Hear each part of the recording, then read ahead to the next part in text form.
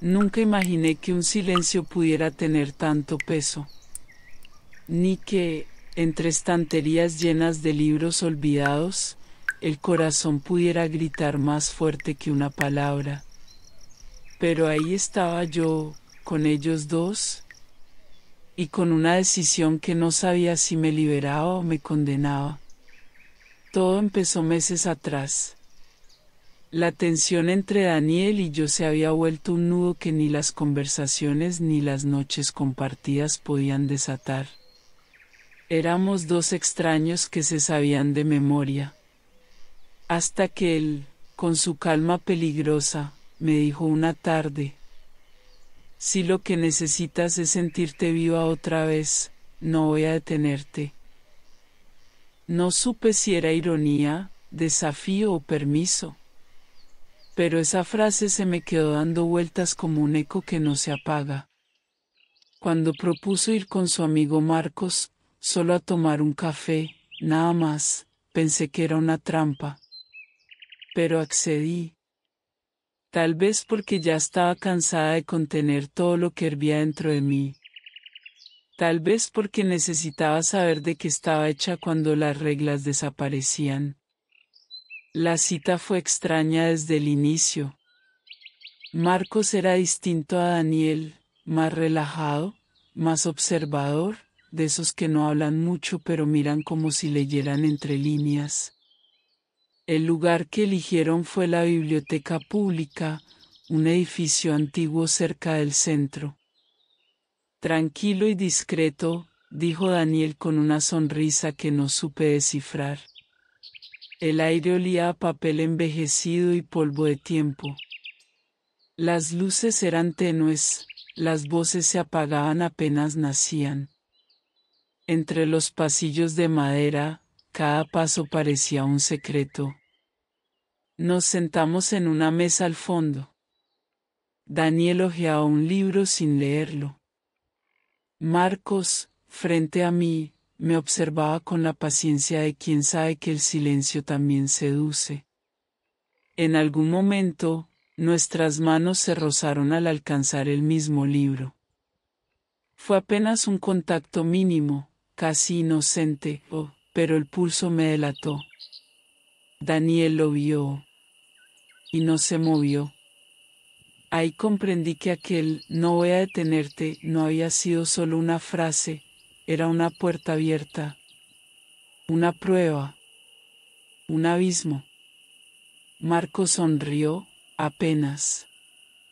No había deseo en bruto entre nosotros, sino algo más sutil, la sensación de estar cruzando un límite invisible. Y en ese cruce, el aire se volvió más denso. Cada respiración era un recordatorio de lo prohibido. Daniel se inclinó hacia mí y susurró: sigue leyendo. Su voz fue un mandato disfrazado de calma. Y entonces entendí que lo que estábamos jugando no era con cuerpos, sino con emociones, con poder, con vulnerabilidad. Marcos habló de libros, de historias, de cómo los personajes se traicionan sin querer. Yo lo escuchaba, pero mis pensamientos iban y venían entre ambos. Entre el hombre que me conocía demasiado y el que apenas me intuía. Entre la comodidad del amor y la adrenalina de lo desconocido. Las miradas se volvieron mensajes. Los silencios, confesiones. Y la tensión, una cuerda invisible que nos sostenía a los tres. Había momentos en que quería levantarme y huir. Otros en los que deseaba quedarme ahí, suspendida, solo para sentir ese extraño equilibrio entre lo permitido y lo que estaba a punto de romperse. Cuando la biblioteca empezó a vaciarse, Daniel se puso de pie. Su sombra se alargó entre los estantes y dijo, con voz baja: creo que ya deberíamos pasar a la práctica. El aire se volvió un campo eléctrico, espeso, casi irrespirable. Marcos levantó la mirada, y por un segundo, sentí que el suelo se movía bajo mis pies. La luz amarillenta de las lámparas temblaba sobre el polvo suspendido, como si el tiempo se negara a avanzar. Me encendí como chispa en barril de pólvora bajo su mirada fija. No fue un fuego que quemara, sino uno que despertaba. Podía sentir mi respiración mezclarse con la de ellos, el roce invisible de las intenciones que no se nombran, el vértigo de saber que estábamos a un paso del abismo. Daniel no apartó la vista, nos cubrió con su chamarra para que ahí sentados sus manos exploraran mientras fingía leer un libro. Marco se acercó lo suficiente para que el aire entre nosotros pareciera vibrar.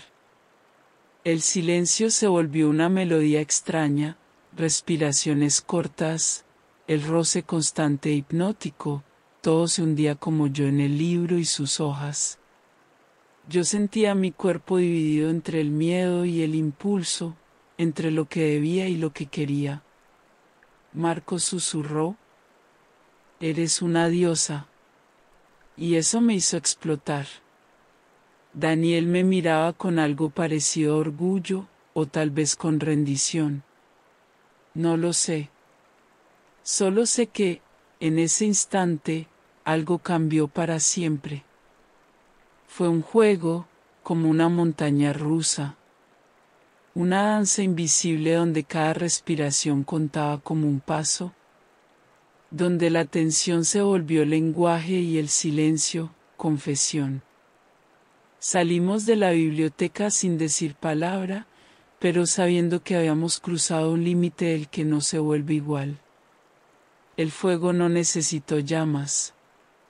Nos consumió en la mirada. Marco solo asintió. No hubo palabras de despedida, ni caricias escondidas, ni promesas. Solo el sonido de los libros cerrándose, uno a uno, como si el silencio los devorara. Esa noche, en casa, Daniel me miró diferente. No con celos, sino con una calma nueva. Como si hubiera visto una parte de mí que ni yo misma conocía. No hablamos del tema. No hizo falta. Yo tampoco dormí.